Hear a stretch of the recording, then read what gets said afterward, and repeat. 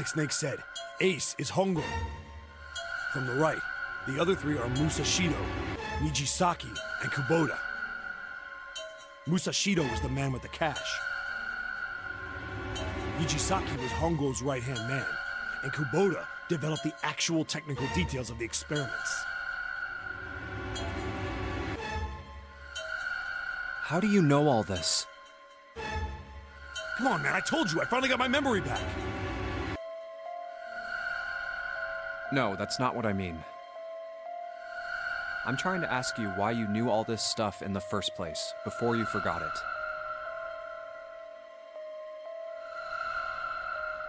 You really want to know? Of course. Me too. This is gonna take a while. Hell, it'll probably take me a good 3 days to tell you everything.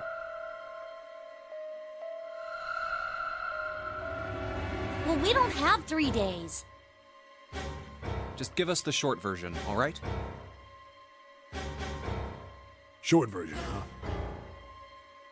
Alright, fine. I'll give it a shot. No promises, though. I'm a detective. It's a little awkward to say this about myself, but you could probably consider me a lone wolf type. I hold to my own code, because I think doing what's right is more important than doing what you're told.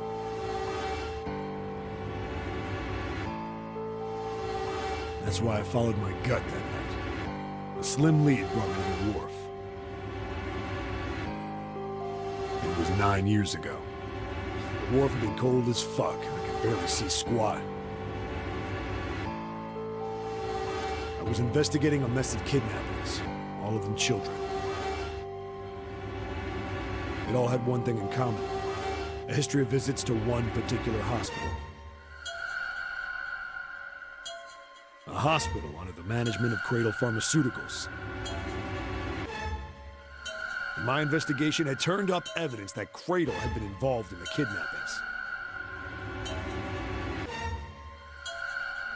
After a little sweet-talking, I managed to finally get a real lead from someone inside Cradle. My source told me this. Tonight, a ship is set to take the children to a large passenger liner docked offshore. So I headed to the wharf. In the shadows, I searched the harbor until I found the ship he was talking about.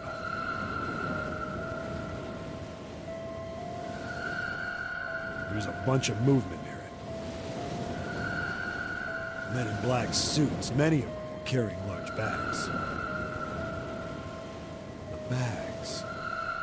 There was something about the way they moved as they were carried. No doubt about it. There were human beings in those bags. I moved before I realized it. I came out of hiding with my gun ready in my hand. Don't move. I felt metal touch the back of my head. Drop the gun. I could kill you right now. It'd be easy to get away with it, too. Just tie an anchor to your feet. No one would find you for a week. But you know what? The fish here would love a meal. I kept digging the cold metal thing into my skull. There was nothing I could do. I did what he said and laid my gun on the ground. Then suddenly, there was a sharp pain in my neck. A needle. A drug? That was my last thought. My face hit cold concrete. I was out like a light after that.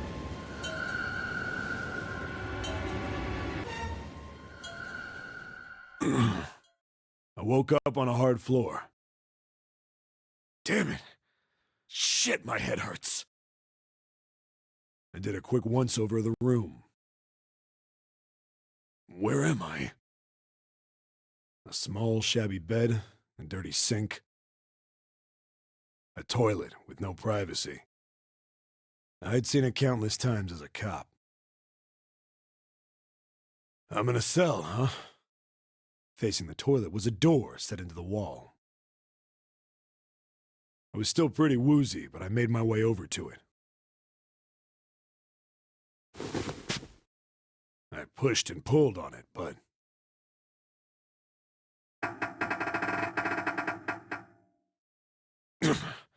it won't open. Not like I expected much else. Would be dumb enough to put me in a cell and leave it unlocked. Threw myself against the door a few times, but it wouldn't budge. I knew it. I gave up and made my way back to the bed, and sat down. Huh. I sat there for a very, very long time. Who knows how long. Then, I heard a faint voice.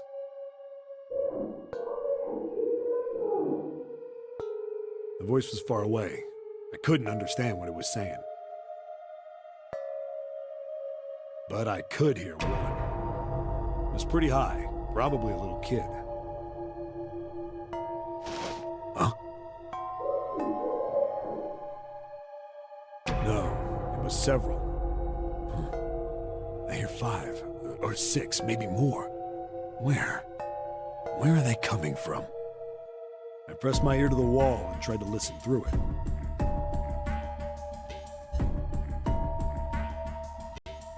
No, that's not it.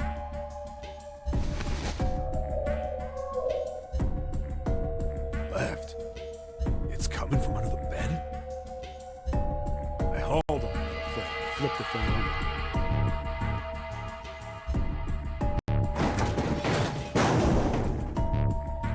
And there it was.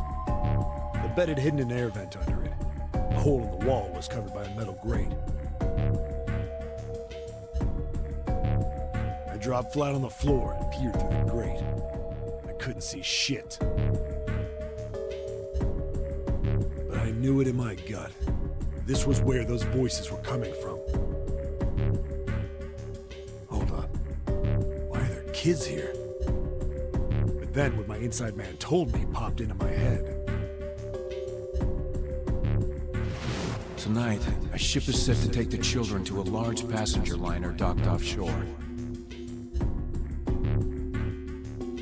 Whoa, whoa, whoa. Am I on that ship? It didn't matter. All I knew was I had to get to those kids. I checked out the metal grate. Could I fit? I stuck my fingers in and grabbed it. Then...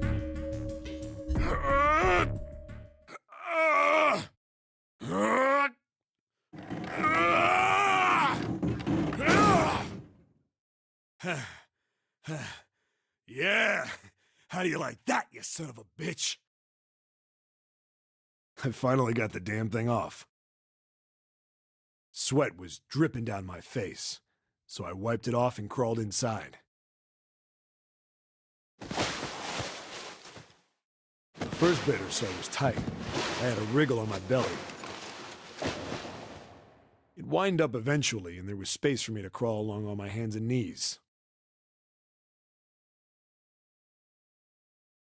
I went from crawling like a worm in dirt to skittering like a bug. Couldn't say it was much better, but I'd take what I could get.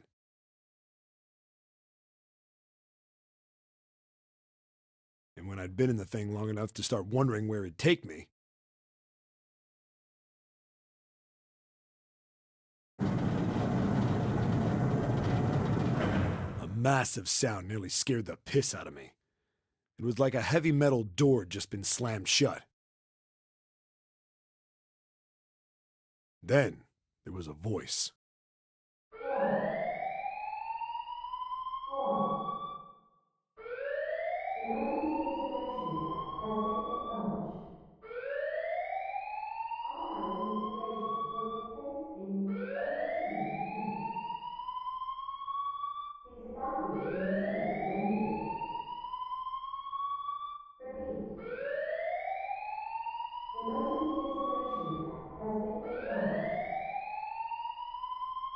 What?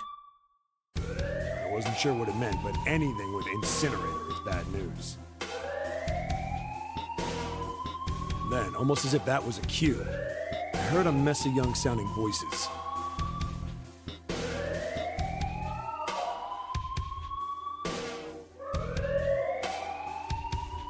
A bunch of them were straight up screaming in terror, and all the sounds together made a howl that made the hair on my neck stand straight up.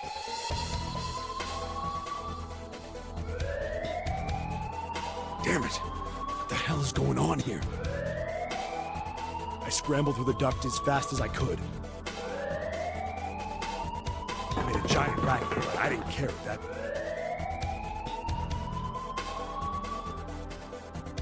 I soon found a metal door on the left side of the duct. The kids were screaming on the other side. I found it. I yanked the handle and threw the door open. I almost ripped the metal off its hinges.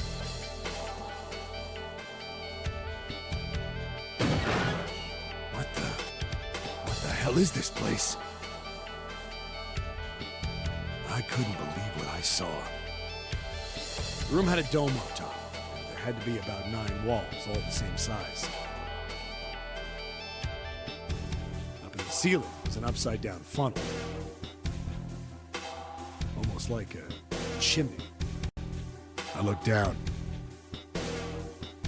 There they were, the kids I'd been searching for. They all gawked up at me, suddenly silent, for the moment, from surprise and fear. Scared of the room or me, I couldn't tell. Probably both, actually. Not like I can blame them running into a mug like this when they're already scared shitless.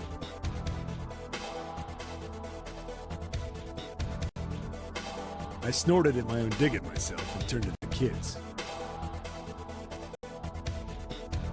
Don't worry, kids, I'm not your enemy. I'm one of the good guys. All of them stood there, frozen. Well, except one. He was a boy, slightly older than the others, in a private school uniform. Who the hell are you? He stepped forward and glared at me suspiciously. I'm a detective. I'm here to rescue you. It looked like they relaxed some the second I got the words out. How are you gonna help us? Where's the exit? There isn't one. The doors we came in through won't open, and the door over there...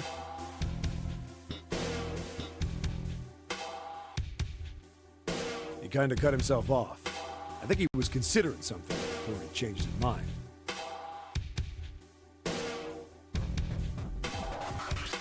Anyway, there's no point. We can't all get out of here. If we don't get out of here, we're gonna be burned to death.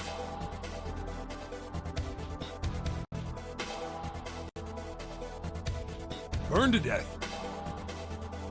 Can't you hear it? That voice said the incinerator's gonna start up soon. So... The voice spoke again. Incineration will begin in 15 minutes. They only had 15 minutes. I looked back down at the kids. Looks like a good 20 or 30 feet to the floor. No way I could pull them up. Too big of a distance for any of us to reach. What the hell was I gonna do? But then I got an idea. Wait right there. I'm gonna be right back. What? Where is he going? Are you just gonna leave us here? They just got frightened again. I'm not the best at that kind of thing, but I tried to reassure them with a smile. Don't worry, all right? I'll be back, I promise. So just stay calm and wait right there. Got it? I didn't wait to hear them respond. There wasn't time. I had to hurry. Well, as fast as a guy could on his hands and knees. Didn't take me long to get back to my cell. Still no way out of it, but I had a plan. I needed something from the room. When I got it, I dove back into the hole and took off towards the incinerator.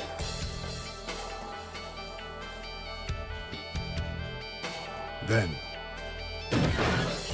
Sorry to keep you waiting, guys. I tipped out the doorway and dropped down the rope I brought with me.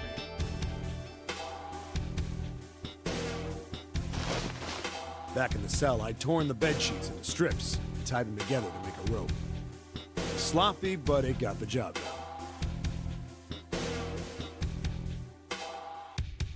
All right, just tie that around yourself, okay? I'll pull you up one at a time. Right! Wait a sec. Something's wrong. There were more of you before. Where'd the rest of you go? The boy in the uniform answered. I let them go on ahead. We opened the number 9 door and they left. What? You're telling me you opened that door? That's what I said! Then what the hell are you doing here? We couldn't go with them! Why not? Look, the only people who can go through the numbered door... He was in the middle of explaining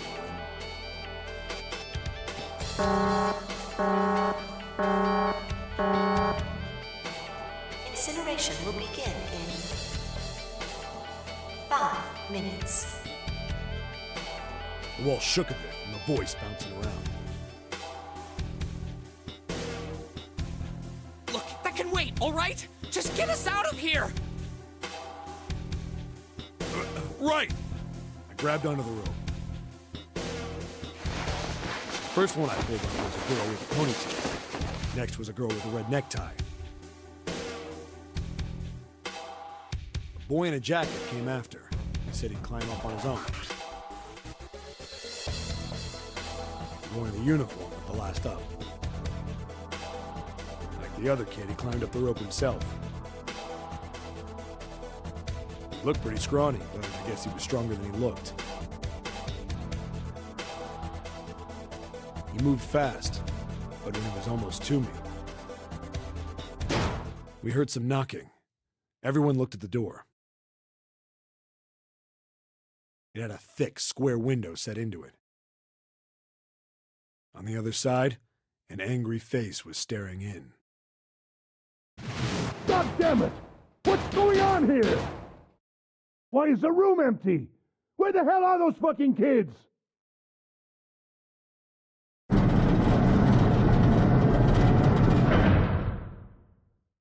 The door opened, and a man stepped in looking half mad with fury. I recognized his face. I saw him many times in photos during my investigation. The man's name was Gintaro Hongo, the CEO of Cradle Pharmaceuticals. Hongo saw the boy hanging from the rope. Yeah! It was like he was an animal.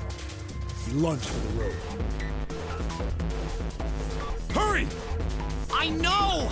The boy in the uniform booked it up the rope. You son of a bitch! Get back here, you little shit! 15 feet. 10. The second I could reach the kid, I grabbed him. I hauled him up and tossed him into the duct behind me. No! No! Hongo had lost it. His face didn't even look human. It was like the bastard pulled off his fake face. He was really a terrifying devil or some kind of damn monster.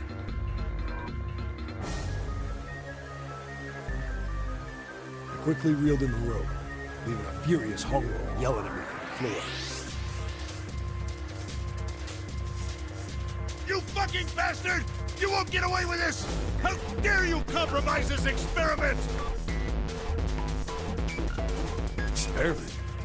What experiment?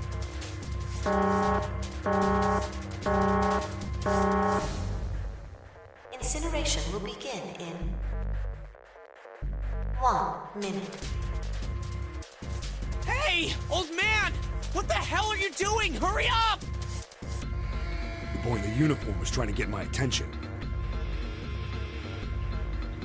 I may have thrown a salute in the raging asshole's face before I closed the door behind me. I went to going back to the cell, so we went down the other direction instead. After about 30 feet, we came across another duct on the left. This one was heading down. Everybody nodded and took turns sliding down it. The duct emptied us out into a narrow hallway. There was a door on either side. The one on the left was a normal double door. But the one on the right was familiar. It had black and yellow stripes, and a device next to it on the wall. A plate on it read, Incinerator. Incinerator?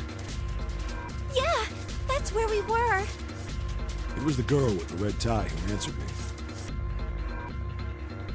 We were inside an incinerator? Yeah, Bongo might still be there. It looks like it's been shut off, though. Wait, what? If he's still in there... Yeah, that's not good. That meant better. We gotta get out of here. Go to the other door, hurry! The kids started running, and I was close on their heels. On the other side of the door was a large spiral staircase. Run! Didn't need to tell them twice. Up and up and up. Our feet pounded the steps, our arms pumping fast. Round, round, round. The devil was on our tail. The stairway kept going. We passed a couple of landings when the boy in the uniform suddenly spoke.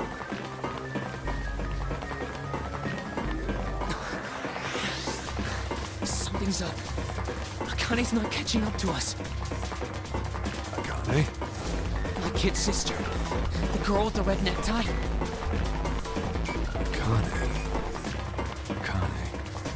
That's strange. I didn't remember seeing that name on the list of missing kids. Hey! Akane!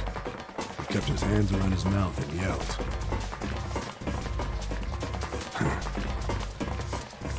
Maybe we outran her. The boy in the uniform skidded to a stop. I stopped too. So did the other two kids. When did we do that? Well, we passed a couple big rooms on the way here. Maybe she took a rest in one of them? No, that's impossible. Sorry, Grandpa. You keep going. I gotta go look for her downstairs. He turned to go. Hey, kid, wait! God damn it, I said wait! I don't think the kid even heard me. Fuck! I spun around to the boy in the jacket, the girl with the ponytail. I'm going after him. You two keep going, all right? You got it? The girl nodded and ran up the stairs. With the boy. I'm going with you. I didn't have time to argue. I just nodded and took off down the stairs. I could hear him following me.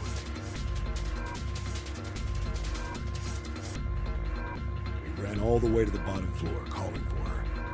Akane was nowhere to be found. God damn it, where the hell did she go? I could tell the kid was frustrated.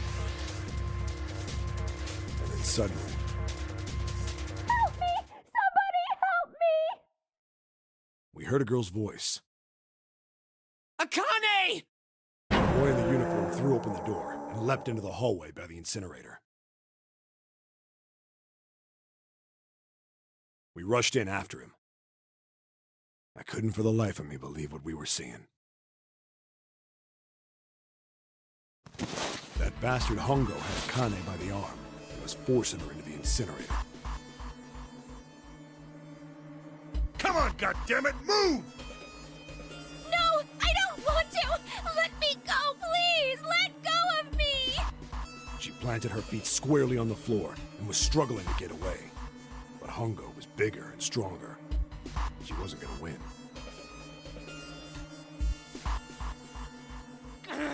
Akane! My brother roared with anger and charged toward Hongo. Help me! Ah! You're too late, idiot! Hongo lifted Akane bodily into the air and threw her, still fighting him, into the incinerator.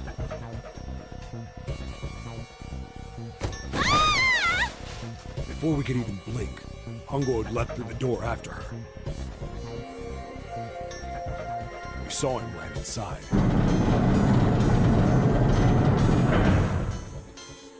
And then, the door slammed shut. We ran to the door. We did everything we could think of to get the thing open. But Fuck! It's no use! The goddamn thing won't move an inch!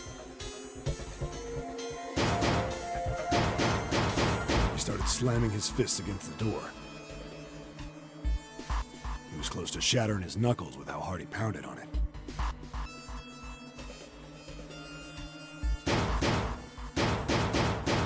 Akane!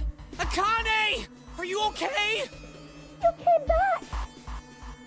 Her voice was muffled, but all of us could hear the sheer terror in it. What should I do? I think I'm trapped in here! Where's Hongo? He went out the other door! What? Warning. Warning. Emergency incineration command has been acknowledged. Automatic incineration will take place in 18 minutes. Please evacuate the incinerator immediately. Repeat. Emergency incineration command has been acknowledged. You fucking kidding me? It's the same damn thing! Are you there? Yeah, we're here. Just hang on, alright? We're gonna figure out a way to save you. His words would have seemed like a sick joke to her if she'd been able to see how white and bloodless his face was right then.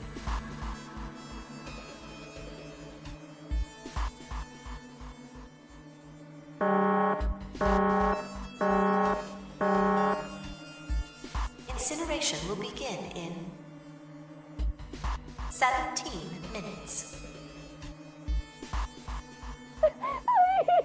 Please help me!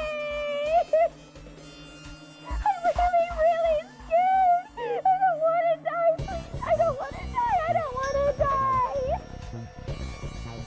It's gonna be alright. I'll figure something out. I promise. I promise, okay? You hear me? I promise! It was torture listening to her sobbing on the other side of the door. Her brother was nearly crying himself. He could only stand there, fists clenched so tight his knuckles were white.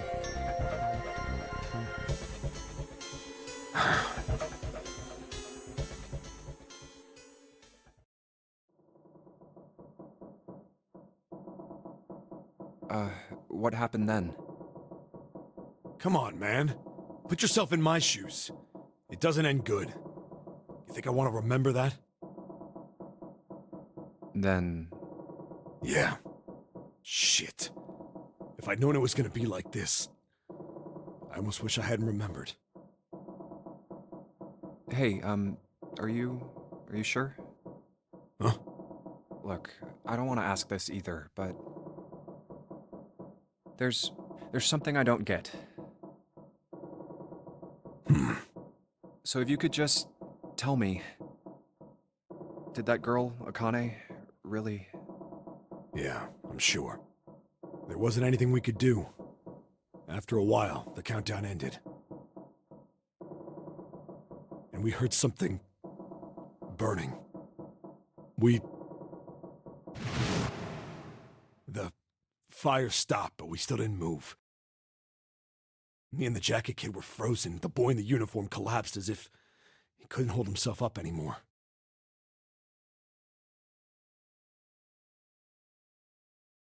A few minutes passed. The door opened. The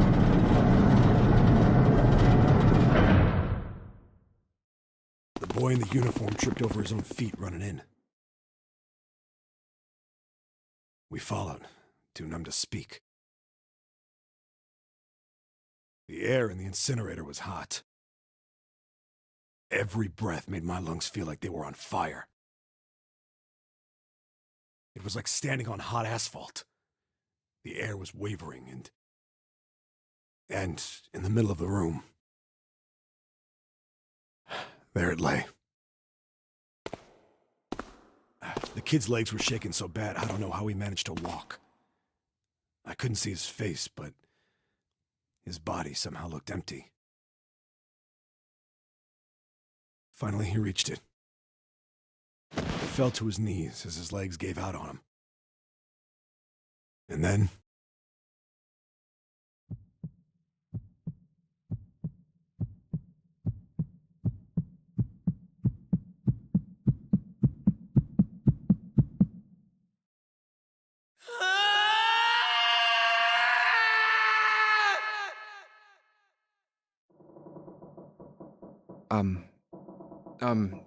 Can I ask you one more thing?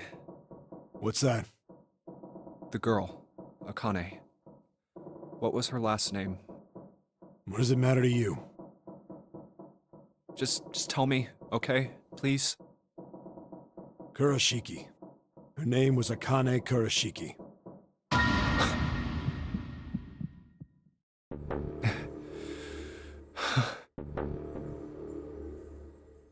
You were there that day, weren't you? The tall kid in the jacket. That was you, wasn't it? Yes, it was. You are correct, Detective.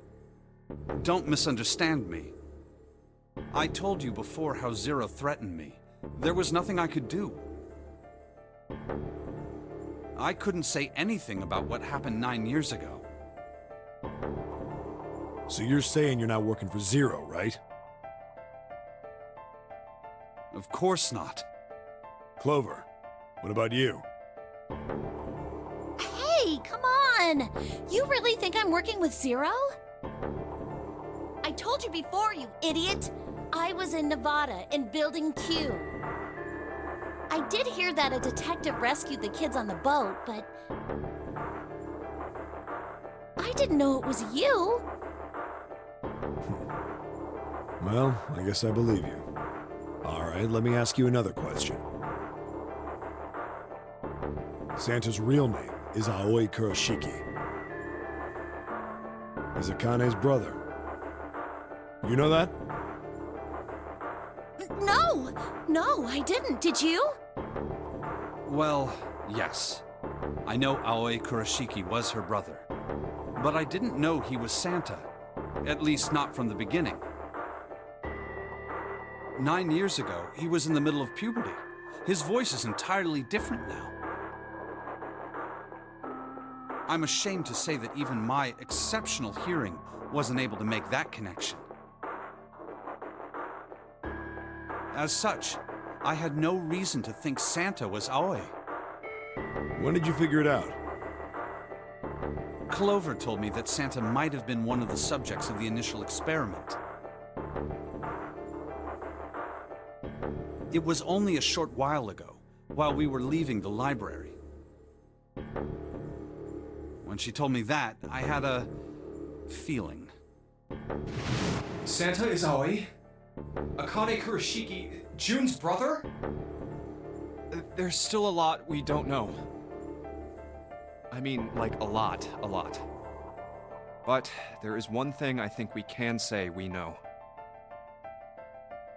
What's that? The body we found in the shower room. It had to be Nijisaki, dressed up to look like Snake. What? Come on, man, what kind of detective are you? You didn't figure that out already? Hey, go easy on me, man. I just got my memory back, all right? Cut me some slack. Well, if he is, the 3 murders make sense then, don't they? Yeah, that's right. Murder.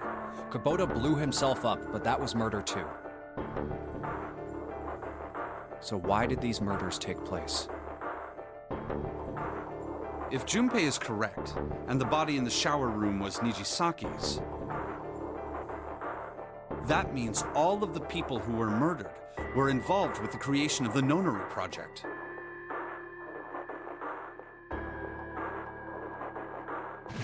Kubota, the person who conducted the actual experiments. Nijisaki, Hongo's assistant. Musashido, the man who financed the project. You mean this was all just revenge? Santa is Zero. He's getting revenge for the death of his sister. That's why he killed them.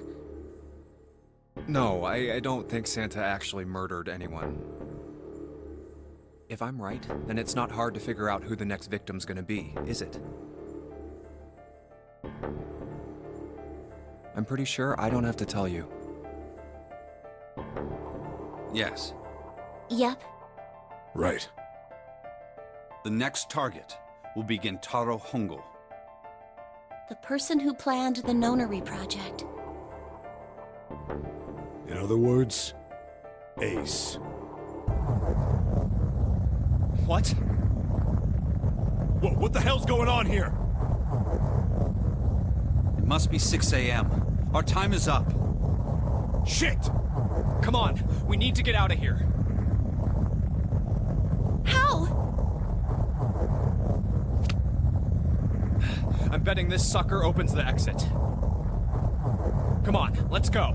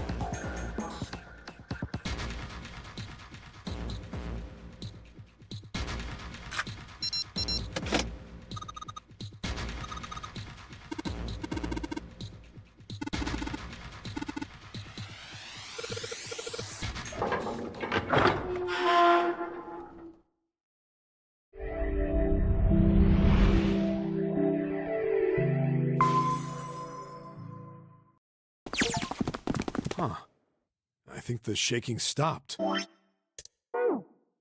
It would seem so, but we are yet to be out of danger. You're right. Let's hurry.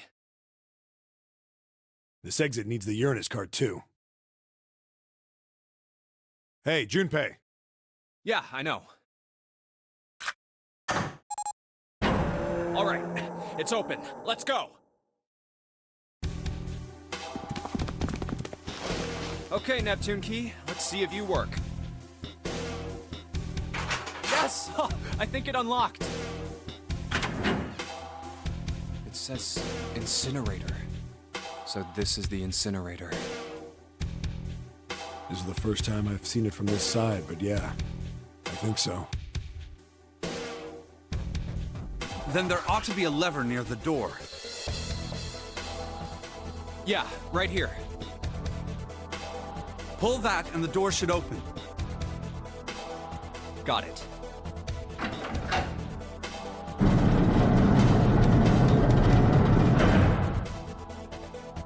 Let's go.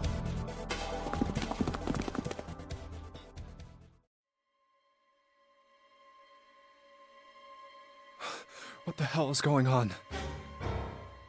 What's wrong? Are you okay? Jumpy, you came to get me. Of course I did. I made a promise. I'm so glad you're here.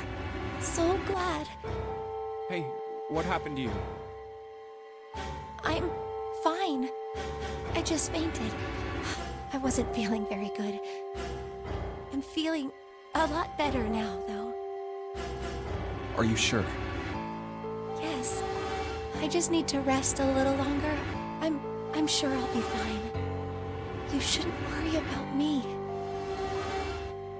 Santa. Hey, where is it? Where's the gun?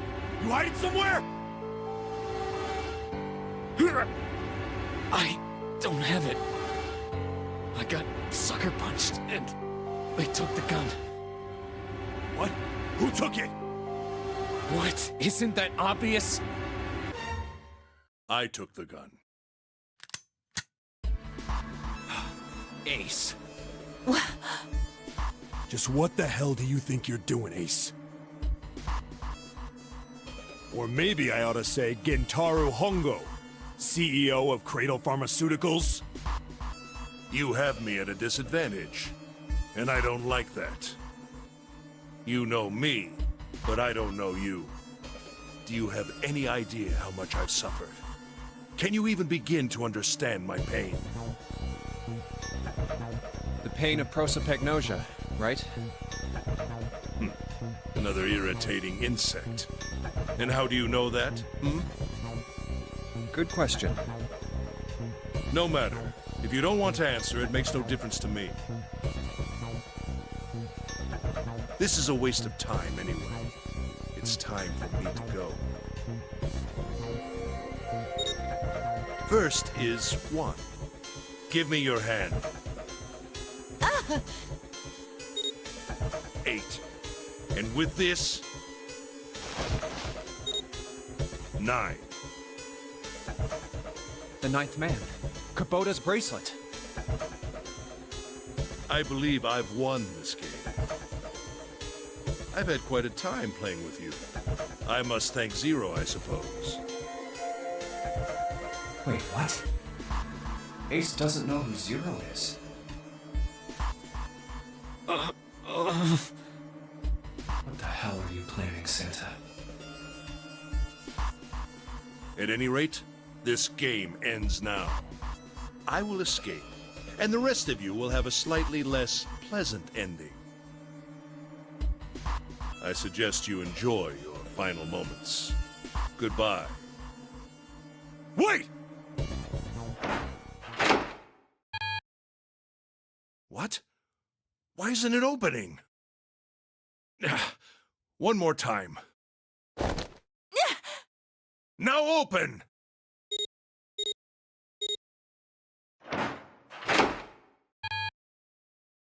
No! What is this? Why? That digital root should be 9! It has to be 9! Then why Why isn't it opening? Now!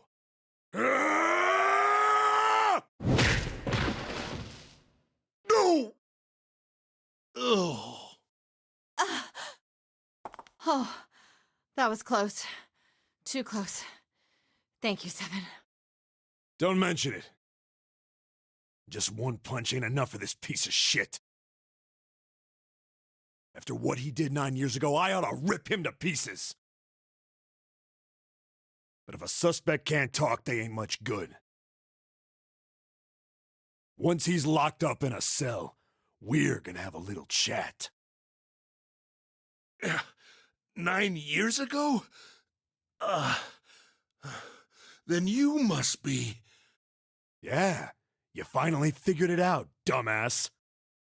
Oh.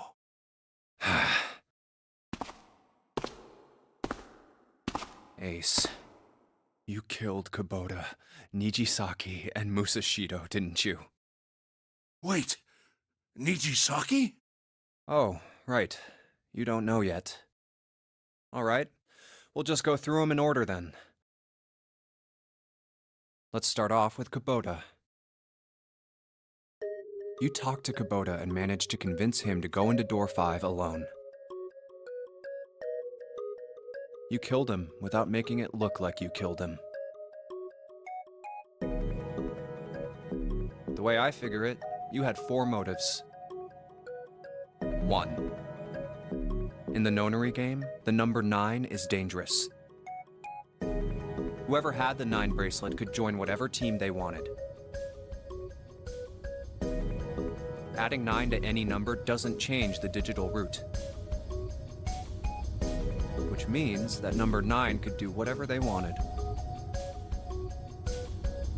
You wanted to remove that threat as soon as possible. 2. You wanted the number 9 bracelet for yourself, so that you could make use of its power. In fact, you did use it in the murder of Nijisaki. 3. Even if his number hadn't been 9, Kubota was a problem. He knew your past. He knew what had happened 9 years before. You needed to silence him before he told anyone. 4. But last, and perhaps the most disturbing, you used Kubota as a test. You wanted to know how serious this Nonary game was. Was it truly life or death, or simply a harmless prank? You convinced him to break the rules so you could see what would happen. That was why you killed Kubota, but he was only the first. Next was Nijisaki. While everyone was off looking for the missing parts for the Reds,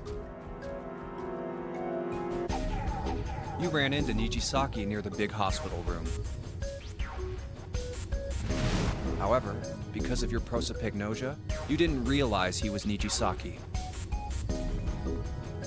Chiefly because, when you met him, he was dressed like Snake. That was why you thought Nijisaki was Snake. No, that's not... That was Nijisaki? Why? How did... I'll get to that. Anyway, you thought he was Snake. Snake was one of the kids in your experiment 9 years ago. You remembered him because he was the blind kid. But his presence made you think.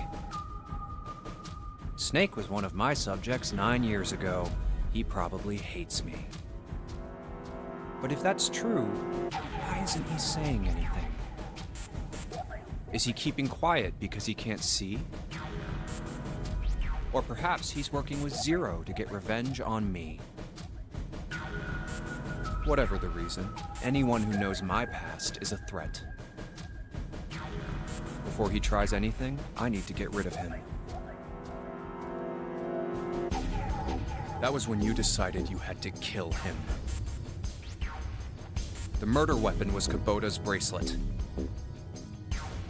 You just waved it over the red. Verified your own number and then grabbed Nijisaki's arm and forced it over the scanner panel. Then, when the door opened, you kicked him in. 9 seconds later, the door closed. And then 81 seconds passed. And poor Nijisaki was dead. And you mean to say Snake is still alive? Sorry to disappoint you, but I'm as good as new. Thank you for killing the wrong man, but I can't say I like knowing that you wanted me dead. Although, to be honest, even if you hadn't tried to kill me, I would still hate you very much. Well, I wouldn't blame you.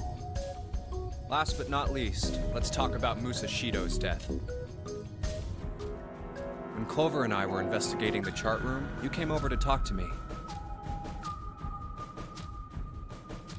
Do you remember what you said? Oh, a pocket watch. Might I take a look at it? I handed it to you, and you left the room. You had been in charge of the Nonary project. Of course you would have known the solution to every puzzle. Which would mean that you also knew how to get out of the wheelhouse. All you had to do was place the watch in the indentation on the door to unlock it. With the door open, you could enter the captain's quarters. Musashido was there. Conveniently placed next to him was an axe that practically begged you to kill him with it. You picked up that axe and buried the blade deep in the other man's chest.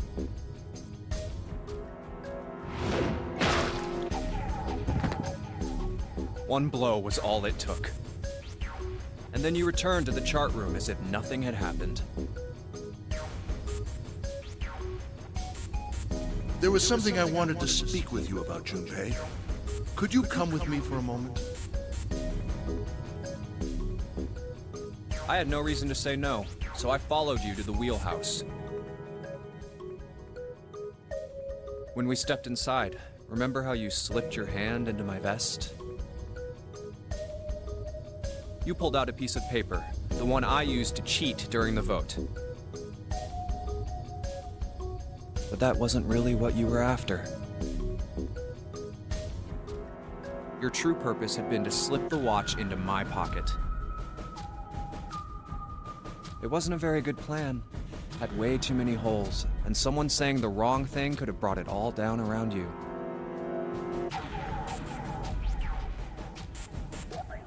You must have been desperate. But what made you willing to risk it all to do it? Ace, Musashido's murder is the only one I don't understand. You obviously did it, but why? Because of this. What's with the paper? Just read it. Let's see. Number 1.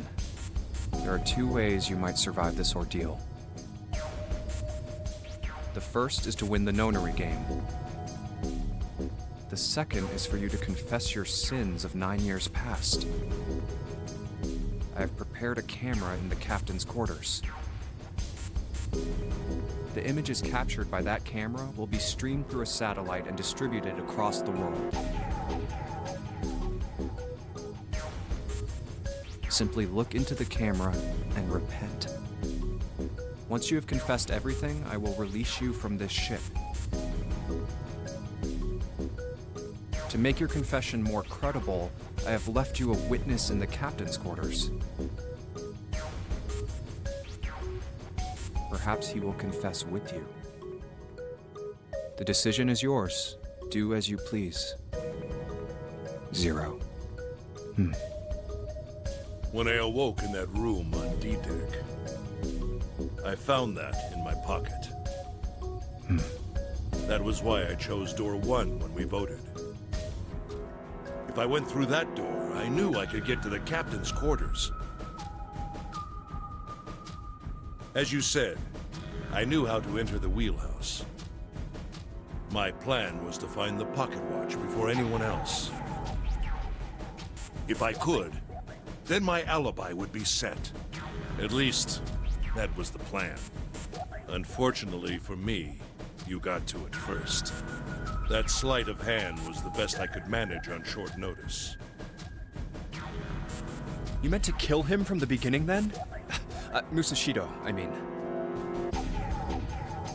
I only knew Musashido was the witness after I reached the captain's quarters. I asked him, and he answered. He seemed groggy. Perhaps he had only just awoken from sedation. I suppose Nijisaki was in much the same state. He seemed confused and disoriented when I encountered him.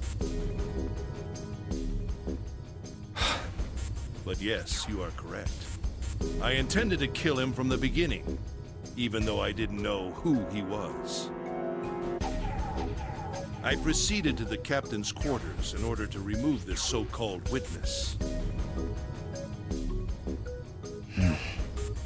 Ace, you figured it out, haven't you? You were being manipulated. Yes, so it would seem. I was little more than a puppet, in many ways. Everywhere I went, everything was already prepared. The Reds in the large hospital room were dismantled. Nijisaki was dressed like Snake. There was an axe in the captain's quarters. Musashido was delirious from the anesthetic, so he couldn't fight back.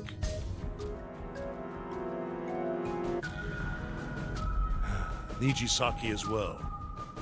In retrospect, I can't understand how I could have fallen into such a simple trap. But yes, this was a trap. It was Zero's trap, and I fell for it, hook, line, and sinker. I did everything he wanted me to do. Yeah. By manipulating you, Zero was able to kill 3 people and keep the blood off his own hands. All of this was revenge for what happened 9 years ago. That's why this Nonary game happened.